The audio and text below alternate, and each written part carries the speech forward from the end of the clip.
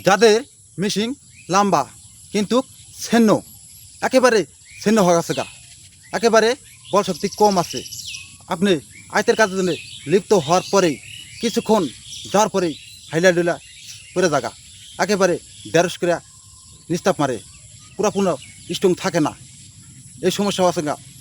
বা আপনি মেশিনকে গিটারকে মোড়া তাজা বানানোর চান, একেবারে শক্তিশালী বানানোর চান, বা অনেক মাসের একেবারে মেশিন একেবারে ছোটো হয়ে গেছে গা, লম্বা বানাতে চান, একেবারে সমস্যা হয়ে গেছে গা। যারা এই সমস্যা পাচ্ছেন, বহুত মেডিসিন করছেন, খাইছেন, কিন্তু কাজ হইতেছে না।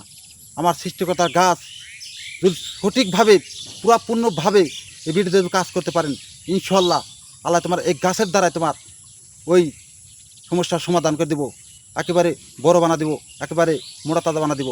এত ক্ষমতা, কুদরতি ক্ষমতা দিয়েছেন সৃষ্টিকর্তা।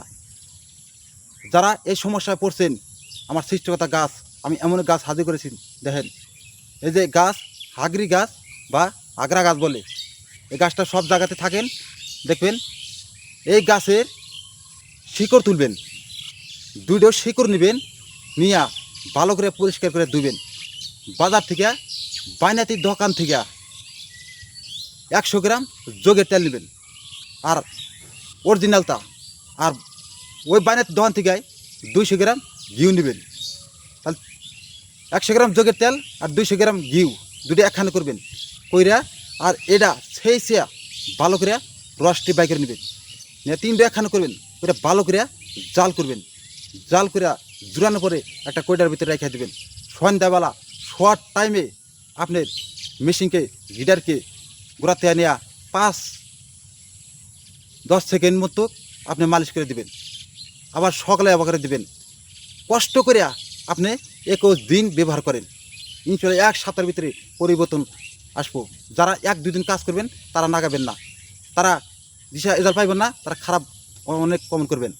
পুরাপূর্ণভাবে কাজ করেন, আমি কথা দিছি, আল্লাহর কাছে বার্তা করেছি, তোমার ওই মেশিন, তোমার ওই যন্ত্র একেবারে তোমার আগের মতন পুরাপূর্ণ মোড়া তাজা হব, আর একেবারে বল শক্তি থাকবো। যারা একেবারে চিকন হয়ে গেছে গা, একেবারে ছোটো হয়ে গেছে গা, তাও লম্বা হবো, এত ক্ষমতা দিছেন।